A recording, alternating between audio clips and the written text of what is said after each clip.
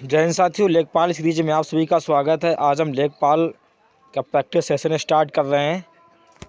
तो देखते हैं 91वां क्वेश्चन है।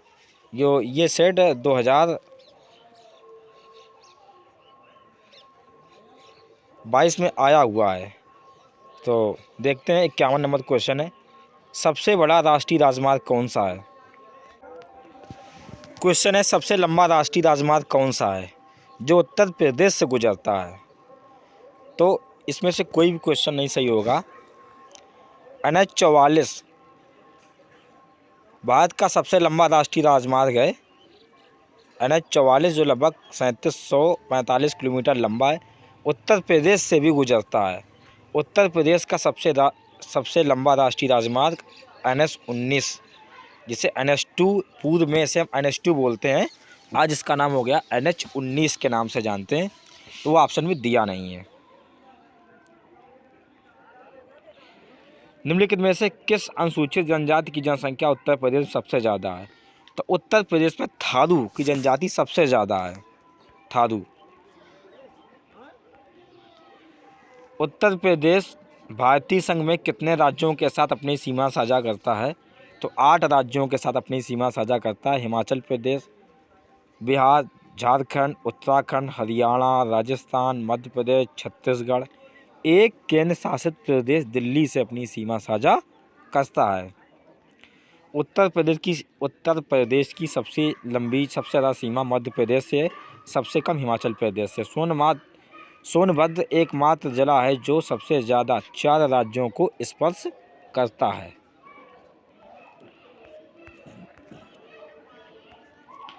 उत्तर प्रदेश की अर्थव्यवस्था आधारित है।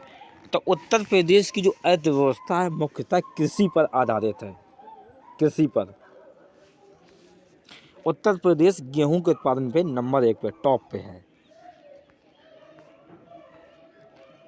उत्तर प्रदेश में IT शहर स्थापित किया जा रहा है। तो लखनऊ में, उत्तर प्रदेश के लखनऊ में IT शहर स्थापित किया जा रहा है। उत्तर प्रदेश सरकार ने लखनऊ सुल्तानपुर रोड पर वॉक टू वर्क की अवधारणा के साथ लखनऊ में 100 एकड़ में 1500 करोड़ लागत से IT शहर की स्थापना करने जा रहा है। लखनऊ उत्तर प्रदेश राज्य की राजधानी है। अवध लखनऊ की राजधानी क्षेत्र है। ये दिल्ली सल्तनत और मुगल साम्राज्य के नियंत्रण में रहा। अगला क्वेश्चन है, कौन सा जल डमरू भूमध्य सागर को अटलांटिक सागर से जोड़ता है? तो वह जिब्राल्टर। कौन है? जिब्राल्टर भूमध्य सागर को अटलांटिक महासागर से जोड़ता है। बाकी आप देख लीजिएगा, बॉस्फोरस काला सागर से मरमरा सागर, डोवर इंग्लिश चैनल से उत्तरी सागर, हरमुज की जो खाड़ी है, हरमुज है, फारस की खाड़ी को, ओमान को खाड़ी को जोड़ता है। उत्तर प्रदेश में मंदिरों के लिए कौन सा शहर जाना जाता है? तो वाराणसी को उत्तर प्रदेश के मंदिरों के शहर के रूप में जाना जाता है। यहाँ कौन कौन से मंदिर हैं? श्री काशी विश्वनाथ, माँ अन्नपूर्णा देवी मंदिर, संकटा मंदिर, भैरव मंदिर, मृत्युंजय महादेव मंदिर, विश्वनाथ मंदिर, तुलसी मानस मंदिर, संकट मोचन मंदिर, दुर्गा मंदिर, भारत माता मंदिर।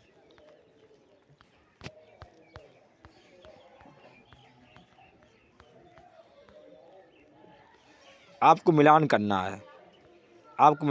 है ऑप्शन के साथ में। तो इसका पहला सही हो जाएगा। एक कवि गोविंद वल्लभ पंत सागर रिहंद नदी पे बना है। परीक्षा बांध बेतवा नदी पे बना है। गोविंद सागर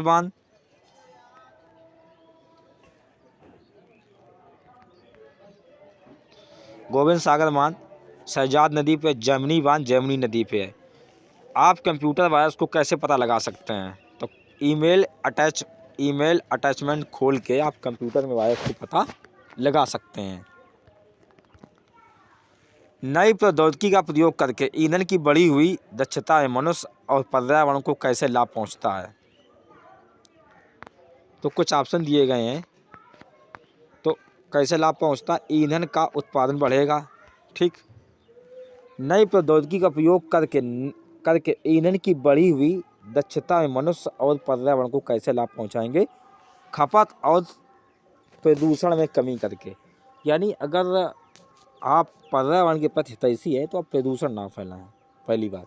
तो खपत कम कर दें ईंधन की, और इसके साथ साथ प्रदूषण में कमी लाएं।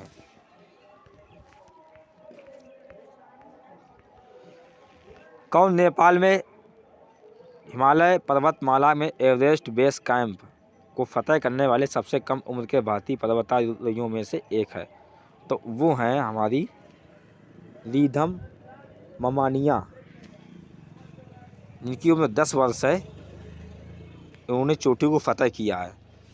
किस रियासत के खिलाफ अभियान को ऑपरेशन पोलो के नाम से जाना जाता है? तो हैदराबाद को जाना जाता है। 13 सितंबर 1948 को भारतीय सेना के गुप्त ऑपरेशन के नाम से चला था ये।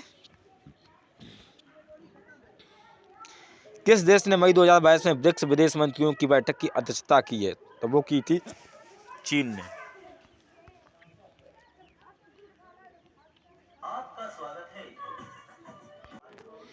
सुभाष चंद्र बोस को देश नायक किसने कहा था? तो ये कहा था रविन्द्रनाथ टैगोर ने सुभाष चंद्र बोस को बाल नायक। आगे देखते हैं उपाधि प्राप्तकर्ता दाता। तो उपाधि गुरुदेव को रविन्द्रनाथ टैगोर को महात्मा गांधी ने दी थी। महात्मा को महात्मा गांधी की उपाधि रविन्द्रनाथ टैगोर ने दी थी। नेताजी को सुभाष चंद्र बोस की उपाधि एडोल्फ हिटलर ने दी थी। देश रत्न डॉक्टर राजेंद्र प्रसाद महात्मा गांधी ने कहा था। विवेकानंद स्वामी विवेकानंद ये उपाधि महाराजा खितड़ी ने दी थी। राष्ट्रपिता महात्मा गांधी सुभाष चंद्र बोस ने उपाधि दी थी महात्मा गांधी को। बाफिन द्वीप किस देश में स्थित है? तो ये कनाडा में स्थित है। भारत के संविधान के किस अनुच्छेद के तहत प्रेस की स्वतंत्रता, प्रेस की आज़ादी 19 के तहत है? 20 में है अपराधों के लिए दोषसिद्ध, 21 में प्राण और दैहिक स्वतंत्रता, 22 में है कुछ दशाओं में गिरफ्तारी से संरक्षण प्राप्त करना, निवारक और निरोधक विधि शामिल है इसमें। भारत में निम्नलिखित में से किस राज्य में सबसे कम लोकसभा सीटें हैं? तो सिक्किम में सबसे कम लोकसभा सीटें हैं। सिक्किम 36वें संविधान संशोधन के तहत 1975 में इस राज्य का दर्जा दिया गया था। गोवा में 2 हैं, तेलंगाना में 17, सिक्किम में 1 है, उत्तराखंड में 5 लोकसभा सीटें हैं। EFT का पूरा नाम क्या है? इसका नाम है इलेक्ट्रॉनिक फंड्स ट्रांसफर, इसका पूरा नाम है। BC राय पुरस्कार किस एरिया से संबंधित है? तो चिकित्सा से संबंधित है BC राय पुरस्कार। किस पंचवर्षीय योजना के बाद रोलिंग प्लान लागू किया गया? तो 5वीं पंचवर्षीय योजना के बाद रोलिंग प्लान लागू किया गया। दरअसल 5वीं पंचवर्षीय योजना के बाद 1978 से 80 में लाया गया था। इस धारणा के जन्मदाता थे मुन्नार मेडल।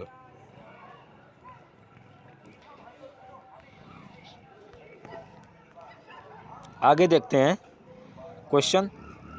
1942 में भारत छोड़ो प्रस्ताव पारित किया गया। भारत का वायसराय कौन था? लॉर्ड लिनलिथगो थे जब भारत छोड़ो का प्रस्ताव पारित किया गया था। यह प्रस्ताव 8 अगस्त 1942 ईस्वी को महात्मा गांधी ने ब्रिटिश शासन को समाप्त करने के लिए किया था। मुंबई के ग्वालिया टैंक मैदान में आयोजित किया गया था। सती प्रथा को किसके द्वारा समाप्त किया गया? तो सती प्रथा लॉर्ड विलियम बेंटिंक के द्वारा समाप्त की गई।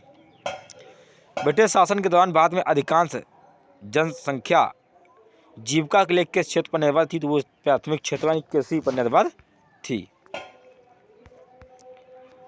प्राथमिक क्षेत्र में आता है कृषि से संबंधित क्रियाकलाप, मत्स्य, वानिकी और खनन। द्वितीय में आता है निर्माण, गैस, जल, बिजली आपूर्ति। तृतीय में सेवा क्षेत्र से संबंधित गतिविधियाँ आती हैं। निम्नलिखित में से भारतीय संविधान के किस अनुच्छेद में राज्य के नीति निर्देशक सिद्धांत शामिल हैं? तो 36 से 51 के बीच में शामिल हैं। आयरलैंड से लिए गए हैं।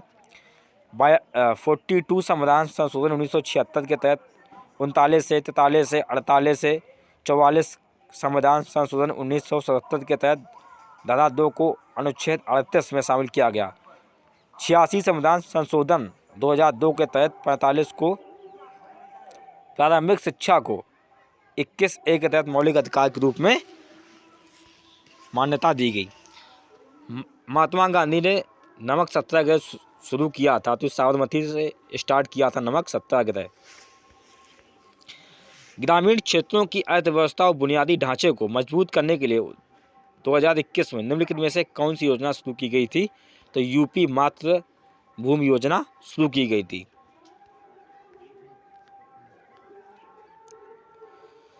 कौन सी योजना दुर्व्यापार और व्यावसायिक यौन शोषण के पीड़ितों को दुर्व्यवहार की रोकथाम और बचाव, पुनर्वास, पुनः एकीकरण के लिए है? तो उज्ज्वला योजना है।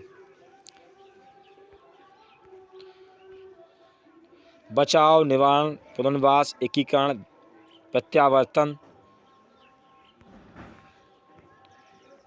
कौन सी योजना हमारे देश की पारंपरिक कलाओं शिल्पों के संरक्षण, अल्पसंख्यक समुदाय के पारंपरिक कारीगर और शिल्पकारों की क्षमता निर्माण के लिए थी?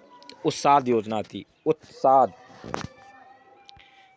उत्साद योजना 2015 में स्टार्ट की गई थी।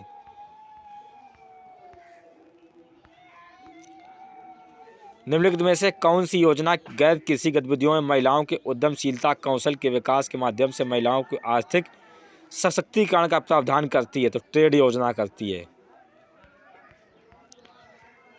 कन्या विद्या धन योजना के तहत आर्थिक रूप से कमजोर परिवारों को लड़कियों को जो हाई स्कूल पास है उच्चतम शिक्षा के लिए 30,000 एक मुक्त राशि।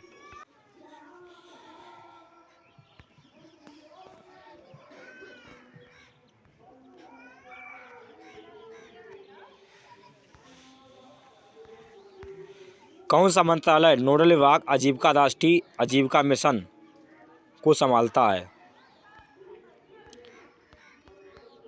तो ये आपका हो जाएगा राष्ट्रीय आजीविका मिशन, जिसकी शुरुआत 2011 में की गई थी। इसका नाम बदल के 2015 में इसका नाम बदल के DANRLM कर दिया गया। सौर फोटोवोल्टिक सिंचाई पंप योजना के तहत छोटे और सीमांत किसान केंद्र सरकार की सब्सिडी के लिए अलावा 18,000 वाट 2 HP सरफेस सोलर पंप के लिए अनुदान की राशि 45% है। स्वच्छ भारत मिशन को निम्नलिखित में से किस नोडल मंत्रालय विभाग द्वारा नियंत्रित किया जाता है? तो पेयजल और स्वच्छता मंत्रालय द्वारा से नियमित किया जाता है। खुले में शौच से मुक्त ये अभियान स्टार्ट किया गया था 2 अक्टूबर 2014 को। कौन सा कार्यक्रम सार्वजनिक स्वास्थ्य संस्थानों में प्रसव के लिए अपनी गर्भवती महिलाओं को मुफ्त आने वाली परिवहन, मुफ्त दवाएं, मुफ्त निदान, मुफ्त रक्त, मुफ्त आहार प्रदान करता है जननी राष्ट्रीय सुरक्षा कार्यक्रम। किस मंत्रालय या नोडल विभाग की केंद्र में एकीकृत बाल विकास योजना के कार्यान्वयन की प्राथमिक जिम्मेदारी किसकी है? राष्ट्रीय महिला बाल विकास मंत्रालय की है। निम्नलिखित में से कौन सी योजना पंचायती राज मंत्रालय द्वारा गांव की आबादी के सर्वेक्षण और गांव क्षेत्र में उन्नत प्रौद्योगिकी के लिए मानचित्र तैयार करने के लिए है? तो ये कौन सी योजना है ये देखते हैं। तो ये है आपकी स्वामित्व योजना। स्वामित्व योजना की शुरुआत 24 अप्रैल 2020 को पंचायती राज दिवस को लॉन्च किया गया था। इसका उद्देश्य भारत के एकीकृत संपत्ति सत्यापन समाधान के लिए ड्रोन तकनीक के नियंत्रण संचालन संदर्भ स्टेशन का प्रयोग करके ग्रामीण आबादी वाले क्षेत्रों में भूमि मैपिंग की योजना के अंतर्गत 2020 से 2024 तक 4 वर्षों की अवधि के लिए चरणबद्ध तरीके से शुरू की गई। कौन सी योजना भारत में ग्रामीण सड़क संपर्क विकास के लिए जिम्मेदार है? तो PMGY जिम्मेदार है, जिसकी शुरुआत 25 दिसंबर 2000 को की गई थी। प्रधानमंत्री ग्राम सड़क योजना। किस योजना का उद्देश्य पूरे देश में महिला स्व सहायता मॉडल की शुरुआत करने के लिए किया गया था? तो ये की गई है राष्ट्रीय ग्रामीण आजीविका मिशन के तहत। तो गांव में समूह चलते हैं, उसी के तहत ही समूह चलते हैं। कौन सी योजना के तहत किसी भी ग्रामीण परिवार को वयस्क को एक वित्तीय वर्ष के लिए 100 दिनों की रोजगार गारंटी दी जाती है जो अकुशल शारीरिक रूप से इच्छुक हैं? ग्रामीण रोजगार गारंटी योजना 100 दिन का काम दिया जाता है। मनरेगा, अब तो उसका नाम भी चेंज हो गया है, मनरेगा का जी राम योजना कर दिया गया है। भारत सरकार की निम्नलिखित में से कौन सी योजना विधवाओं, बुजुर्ग, विकलांग लोगों को पेंशन के लिए वित्तीय सहायता प्रदान करती है? तो NSAP प्रदान करती है। इसकी शुरुआत 15 अगस्त 1995 में की गई थी। संविधान के 41 और 42 अनुच्छेद के तहत नीति निर्देशक तत्वों की दिशा में उठाया गया कदम था। पंचायती राज प्रशिक्षण संस्थान उत्तर प्रदेश में निम्नलिखित में से कहाँ पे स्थापित है? लखनऊ में स्थापित है। स्थापना 2016 में की गई थी इसकी। किस योजना का उद्देश्य भारत में ग्रामीण गरीब लोगों को आवास प्रदान करना है? तो प्रधानमंत्री आवास योजना। भारत सरकार के निम्नलिखित में से कौन सी योजना ग्रामीण क्षेत्रों से शहरी क्षेत्रों में युवाओं के प्रवास को रोकने का प्रस्ताव करती है? तो खुदा योजना, जिसकी शुरुआत 2003 में की गई थी। यूपी ग्रामीण सड़क विकास एजेंसी की स्थापना की गई थी 2003 में। स्वच्छ भारत मिशन ग्रामीणीकरण किस वर्ष शुरू किया गया? तो 2020 में शुरू किया गया। निम्नलिखित में से कौन सी उत्तर प्रदेश की नई ई स्वास्थ्य पहल है? तो यह उत्तर प्रदेश स्वास्थ्य प्रबंधन सूचना। निम्नलिखित में से भारत सरकार की किस योजना का मुख्य उद्देश्य बालिकाओं के आजीविका को सुनिश्चित करना है? तो ये है बेटी बचाओ बेटी पढ़ाओ, जिसकी शुरुआत 22 जनवरी 2015 को की गई थी। केंद्र सरकार के निम्नलिखित में से कौन सी योजना धुआं मुक्त ग्रामीण भारत की परिकल्पना करती है, यानी धुआं मुक्त भारत? तो ये करती है प्रधानमंत्री उज्ज्वला योजना। किस संस्थान का मिशन भूमि संसाधनों के स्वास्थ्य उत्पादकता को एक स्थायी तरीके से संरक्षित करना, सभी संभावित खेती योग्य भूमि की रक्षा, पुनर्वास और पुनः उत्पादन करता अधिकर्ता उत्तर प्रदेश भूमि निगम सुधार, जिसकी स्थापना 1978 में की गई थी। लास्ट क्वेश्चन है, भूमि सुधार निगम के तहत स्थापित FFS का पूरा नाम है, इसका नाम है फार्मर फील्ड स्कूल नाम है इसका।